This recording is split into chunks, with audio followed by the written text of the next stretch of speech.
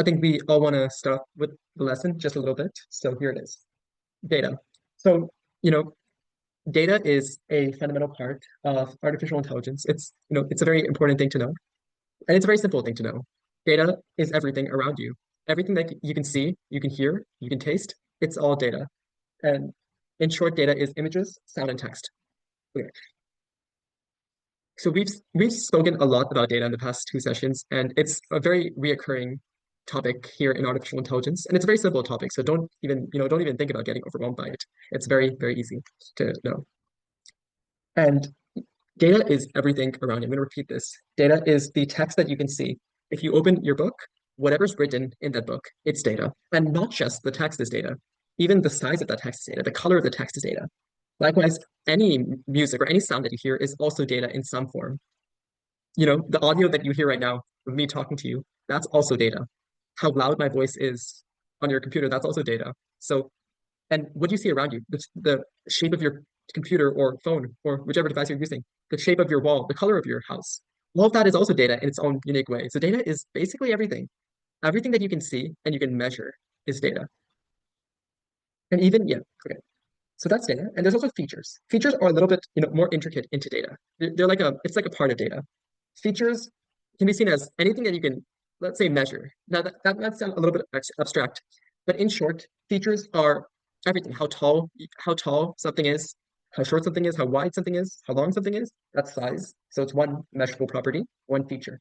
Another feature is also the color of your table, the color of your wall. That's also a feature. And all that is also data, by the way. Likewise, the shape of your house, whether you have a square room, square wall, or your mirror is whether it's a square or a circle, that's also a feature. So the specific shape is also a feature. Okay, do we have any questions so far? And any questions whatsoever?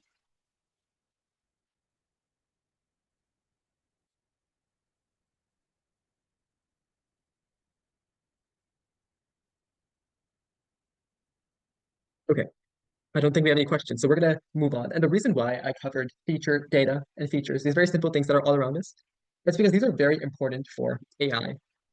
Because they're very important for us as well. We just don't realize it. But everything we see around us, it's actually our brains understanding that data. So over here, artificial intelligence works the same way. You can see a large robot with an eye. You could think of it as an eye, it's a camera. And it's looking over this massive city of various different vehicles. You have cars over here, sports cars, flying car. I wonder which cities have flying cars, but anyways, you have a flying car over here, you have drones over here, a UFO. But what's really happening when this giant robot is looking at all these different vehicles? The robot is observing everything about the vehicle. It's observing the color of the vehicle. It's observing the size of the vehicle, the size of the drone, the size of this UFO. It's also observing the buildings, by the way, how tall the buildings are, what we just covered. It's observing how tall the buildings are. It's observing the shape of the building, the shape of the UFO, which is circular, or the shape of these buildings, which are rectangular. It's observing every single thing, all the features. And by observing all these features, it's gathering data. That's how artificial intelligence works. And it's not just these one-eyed robots that you see over cities. It's every single AI, including Alexa over there, including your phones, including ChatGPT, which we went over in the first class. Every single thing is gathering data. So yeah, if you have any questions, let me know. I'm going to keep going further. And I want to talk about a few topics here, few key topics. This is computer vision. It sounds really cool. And I know it might sound technical as well, a little abstract for some of you. So just stick with me. Computer vision is how artificial intelligence sees and interprets images. Basically, it's how artificial intelligence sees things around you. It's how artificial intelligence recognizes things. If you see a robot and it's able to give you a handshake, or it's able to deliver breakfast to you, cook food, or anything else that you might see, how self-driving cars are able to actually drive on the road and avoid crashing with other cars. That's all computer vision over here. So it's able to see and interpret images. So I want to take a few minutes, and actually talk to you about some of the different ways we can use computer vision. I want to take y'all back to the first class. If y'all haven't been, if this is your first class, or if last week was your first class, that's perfectly fine. I want you to do a small activity. Think of a problem in the world.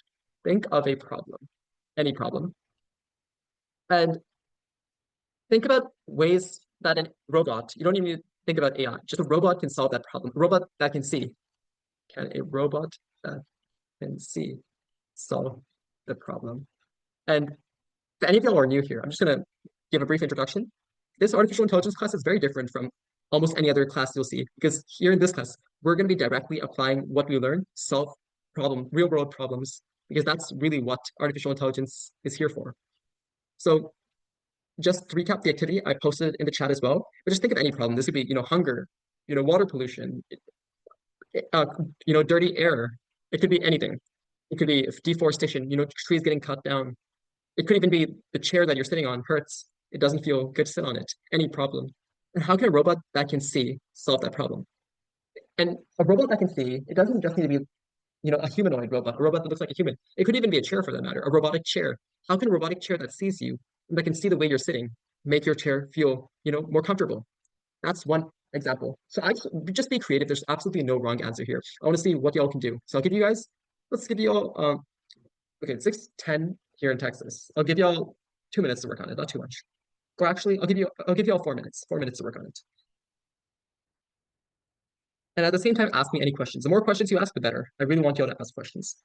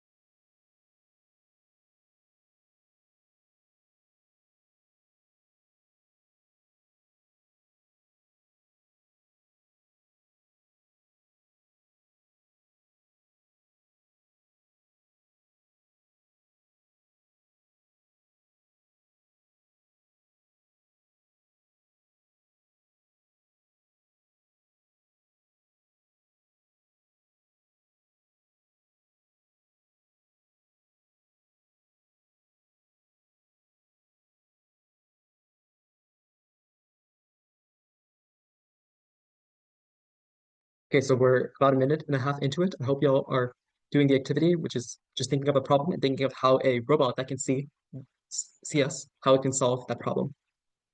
And the problem could be anything. It could be, cars going too slow, even. It could be school not being fun. That's also a problem. So it could be anything.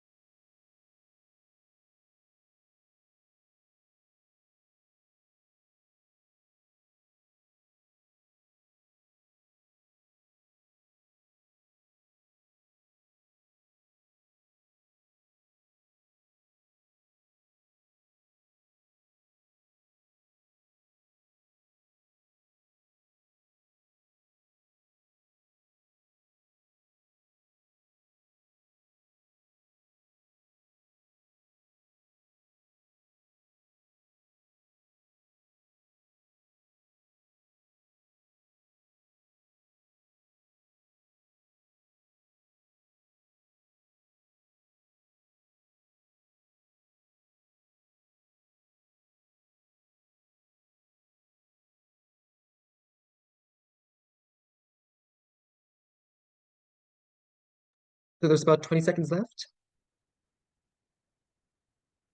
And okay. So please, at this point, start sharing what you've written. You could either unmute. I'd love for y'all to unmute. If not, just use the chat and think about sharing the problem you chose and how a robot that can see can solve that problem. I can go. The problem I would be solving is like littering and like policing, and like I could build like a smart trash collecting robot that helps keep the environment clean and that picks trash up. Yeah, exactly. That's awesome. And I could use a microbit to do it. Yes, Oh, I have an experience with microbits also, that's really and I cool. did a project on it. I did a project on it on the last day of camp. But that's awesome. Okay, tell me about yours, Theater. What's your problem and what's your solution using a robot that can see? So the problem is that some people cannot like. Can it be something that I already could make up or something? Yeah, I can. I can. Like people that are allergic to dogs cannot have a dog, like me.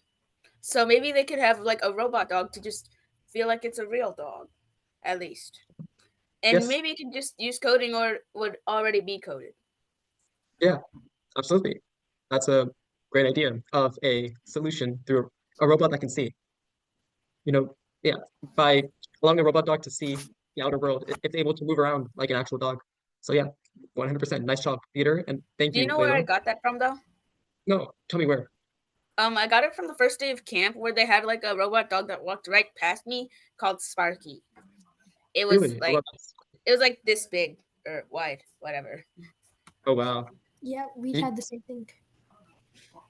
Oh, oh wow, that's interesting. Maybe next time, if you'll have any pictures, you can share it. But yeah, that's really Okay, cool. they Okay. give me a little version of it, Oh like wow. a Okay. smaller version. Well, Am I that's really talking too cool. much? No, you're good. You're good. Please, feel free to, keep unmuting and keep sharing. That's awesome. A robot dog, that's something you don't see every single day, and it's really cool. I think the Yep. robot dogs are, really cool things. I think probably should be more of them out there. And It's your robot it's dogs can be actually used for many. Yeah, it's actually not as usual as going into your house. yeah. But robot dogs can be used for many things as well. You could use them in the military. You could use them also for, finding people in fires or earthquakes. These robot dogs could just search for people and find them. You could also, if someone gets lost in the forest, you could dispatch robot dogs to go search the forest for them. And robot dogs can keep going 24/7. They don't really need food. They don't need anything else. So They robot need dogs are really, nothing except for energy. yeah, except for energy. You need to just charge them once and they could keep going for like the next 3 days without getting charged again. So yeah, that's really cool. And actually, I think if y'all are interested, Theater, Layla, and anyone else, probably you should do your project for this camp based on robot dogs because there's so much you could do with robot dogs. And maybe I'll get a video by the end of today or next week that show some of the different things that you could do with robot dogs. So that's really cool.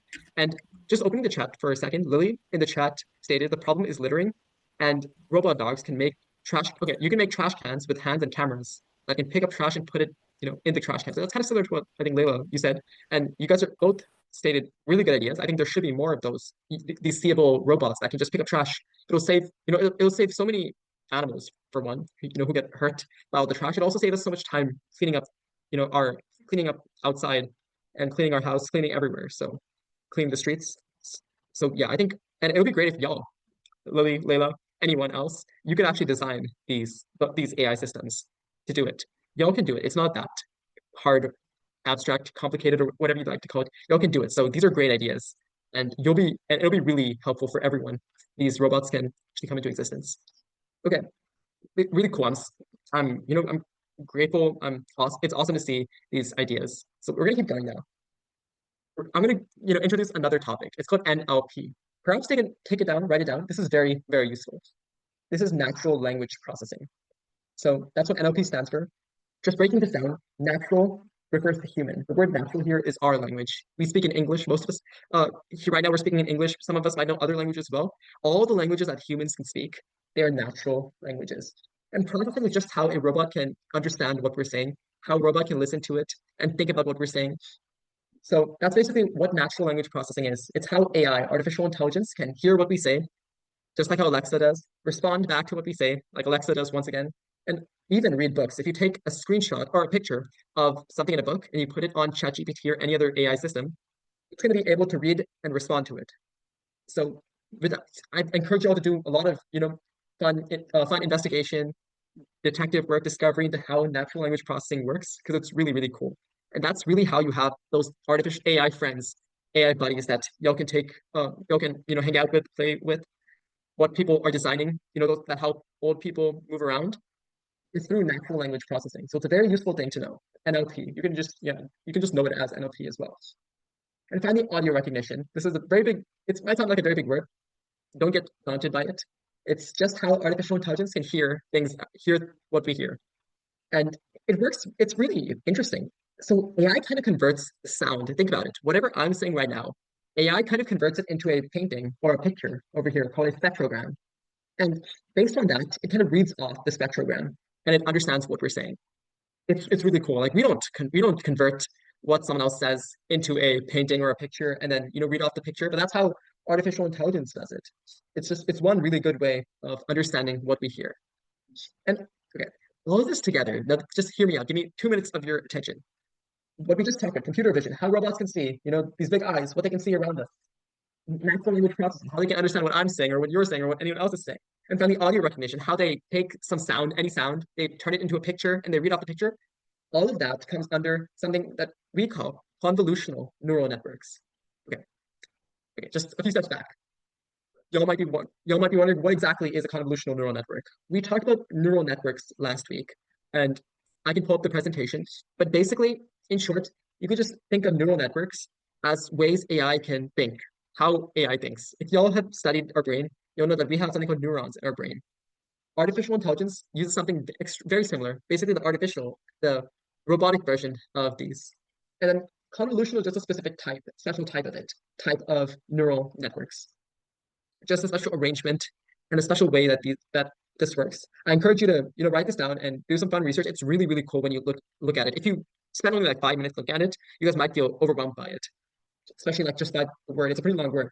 But if you just spend even 20 minutes just looking into it, going beneath the surface, like peeling the skin of an onion, likewise, or an orange. Likewise, if you just spend like 20 minutes looking into it, or even 10 minutes, you'll start to see how cool this is. This is really cool. And this is really useful as well. So everything we just discussed is one way that AI sort of thinks. Okay, that's convolutional neural networks for us. And I kind of want to, okay, we have AI agents over here. And this is a really cool topic. We're going to cover a lot more of it next class. But keeping it very simple right now, because we're going to be playing a book after this. This is how AI agents, what you see over here, they're basically digital workers. They're basically almost everything that humans do. We write things, we draw, we read, we build. We like to build toys. We like to build skyscrapers. We like to build things. We like to code. AI agents can basically do that, and they're getting powerful by the minute. This is not like a car that was invented, more than 100 years ago. These are continuously being worked on even today, and they're continuously growing. So they're called artificial intelligence agents. You could just call them AI agents. They can do basically anything.